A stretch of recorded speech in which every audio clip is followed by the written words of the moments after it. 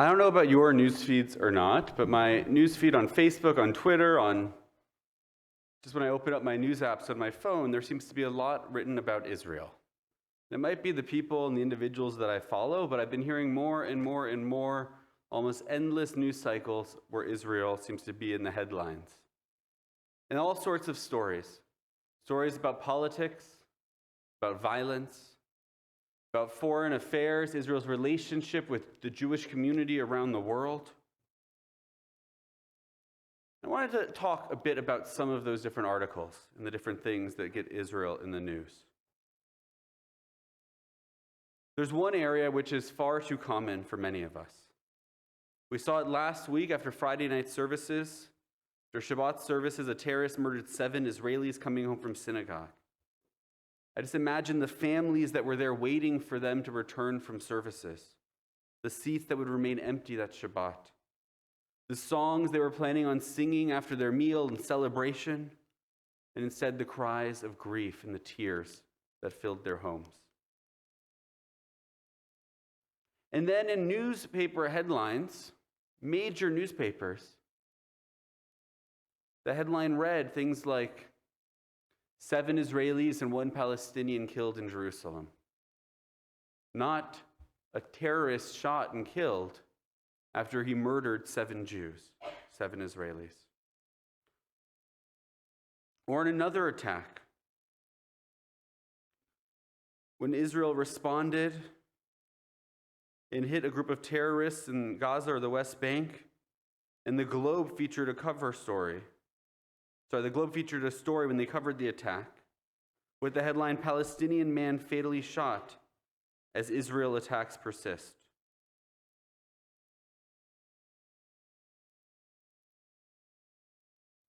Or in another story in which a group of Palestinians were killed in an airstrike, and the article didn't acknowledge that 7 of them were terrorists. Yes, there was collateral damage. Collateral damage is never good. But Israel didn't go after innocent civilians. Israel went after a group of terrorists hiding among civilians. Or a CBC article that said Palestinian officials say Israeli troops shot and killed a Palestinian man today. They say this 26-year-old was shot in his car at a checkpoint in the occupied West Bank. Not that he used his car as a weapon to try to murder Israeli soldiers.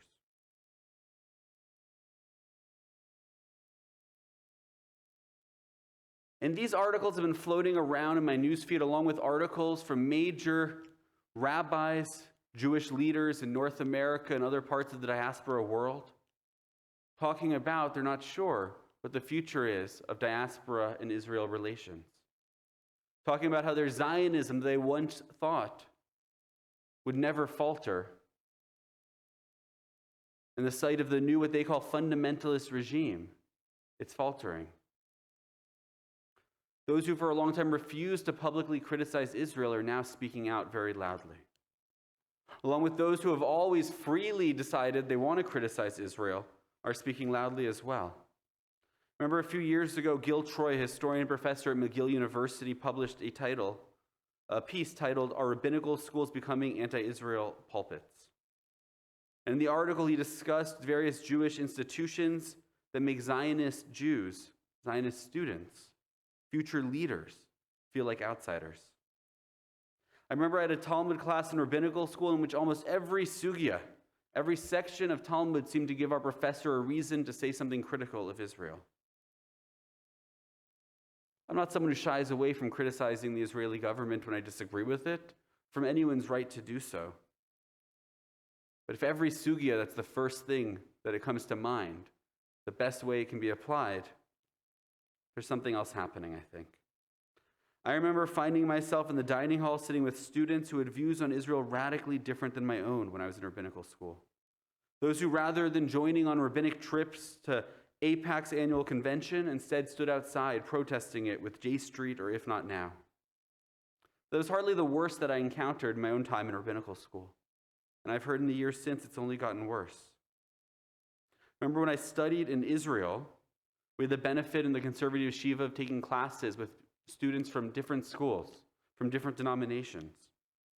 And it was a great experience.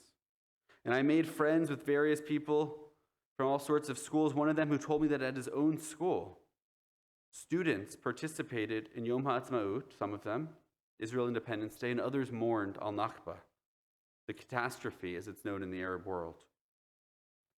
To be honest, I didn't really believe him. I thought it was hyperbole.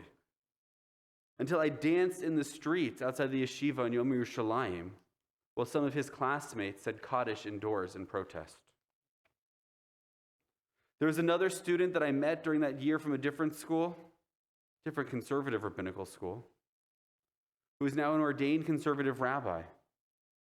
At least before COVID, I haven't looked her up since. She was practicing here in Ontario, where she holds Palestinian liberation seders during Passover. I understand why some people aren't Zionists. I don't like it, but I understand it. I don't understand why Jews are not. And I don't understand why Jewish leaders are not, certainly rabbis. You can be critical of the Israeli government. You can be critical of your own government and still love your country, your homeland. And that's what Israel is. In our parsha this week, the Israelites sing Shirat Hayam, we spoke about. They dance and they celebrate their freedom from slavery, their salvation from Mitzrayim, from Egypt, from Pharaoh. But just a couple of verses later, what happens? They start to grumble again. They've forgotten what they're celebrating. They've forgotten the blessing of freedom and start to complain instead about it. It happens over and over throughout the Torah, throughout the story of the Israelites' journey in the wilderness. They get miracles. They are saved from this catastrophe or that nation or that enemy. And very quickly, whatever miracles, whatever salvation, whatever they're given, they forget about. And they start to complain. They turn their backs on the dreams of entering the promised land, and they look back on Egypt as if somehow it was better. That's what's happening today. Too many Jews have forgotten the blessing, the miracle that is Israel. And even if there are problems and issues with Israel as a government, as a country, the blessing of what it means after 2,000 years to have Jewish sovereignty. It's going to be a messy project figuring out how to do that best. But it's a blessing and a miracle.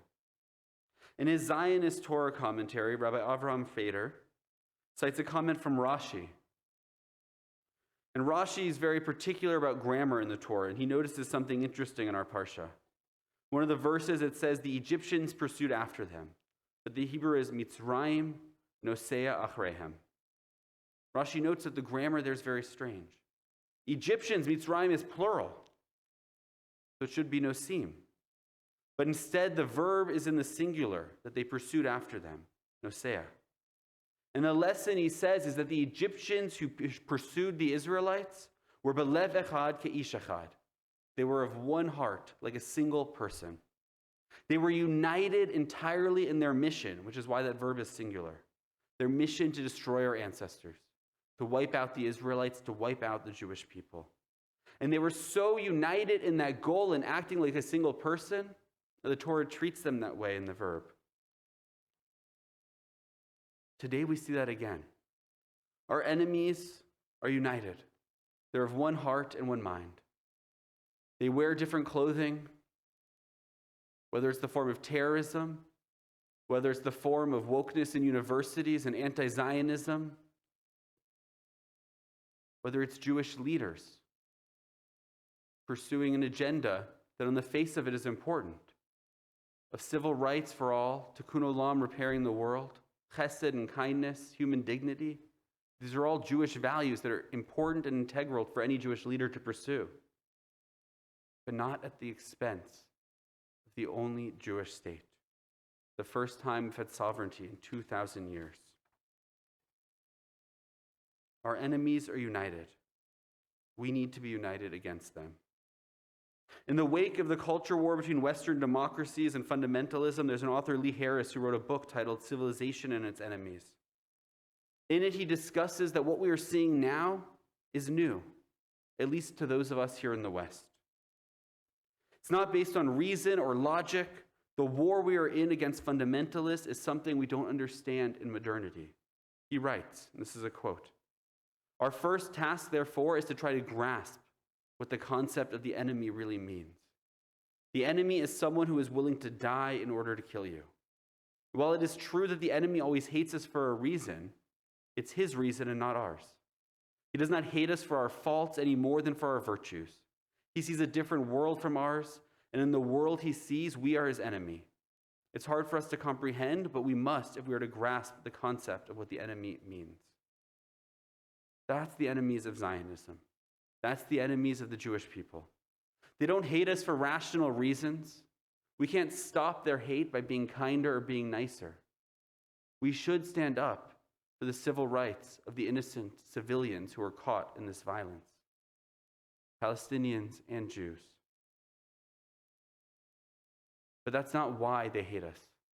They hate us because we're Jewish. They hate us because we have our homeland again. They hate us because despite time and time again throughout history trying to wipe us out, we've survived. They hate our right to self-determination to exist. And with those who oppose the very notion of Zionism, there can be no discussion. There can be no dialogue. Like Lee Harris suggests, it's their reason, not ours. They see a different world from us. It's not a world with rationality, with concepts. It's not someone that can be reasoned with. It's simply hatred. And the only way to respond to that is to stand together, b'lev echad ke'ish echad, to be united in the right for Jewish self-determination.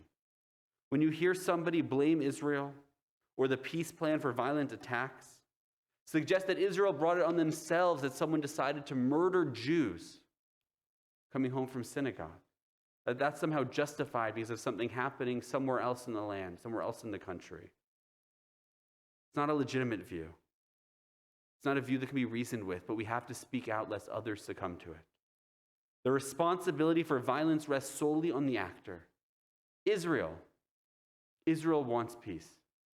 This government, even if I don't like what might be on their social agenda within Israel internally, even if you might hear me speak out in sermons and other teachings and classes about it, if tomorrow the Palestinians laid down their arms, there would be peace. This government would make peace. Yet if tomorrow, if Israel laid down its arms, there'd be massacres in the street. We know it. It's a simple fact. The road forward is complicated, but the facts are obvious to anyone willing to see them. Even with the Abraham Accords and what's going on. This week in the news, we heard Israel's ready to finalize an agreement with Sudan, to formalize relations, with a country that for decades has openly supported Hamas, openly called for the destruction of Israel. They reached out an arm and said, we're ready to change. And Israel welcomed them with open arms. Israel wants peace. Even this government wants peace because they don't want to send their children out to war. And yet we saw that this week when a 13-year-old Palestinian boy shot and attacked Jews. That's what's taught to children. When your enemy doesn't want peace, there's not much that you can do except be ready to defend yourselves. And we as a people need to be united, not just here in the diaspora with our brothers and sisters in Israel, b'lev echad, with a single heart, like a single person, united in defense. The rabbis teach, as I mentioned earlier, that that's what our people were, united together in that moment as they crossed the Red Sea. So in this Shabbat Shirah, as we commemorate how our ancestors sang together, stood together, we too have to stand together for freedom. We need to support each other and stand together against those who call for our destruction. They might wear different clothes. They might go by different names. But just like the Egyptians, they're united in their goal. We must be too. Shabbat Shalom.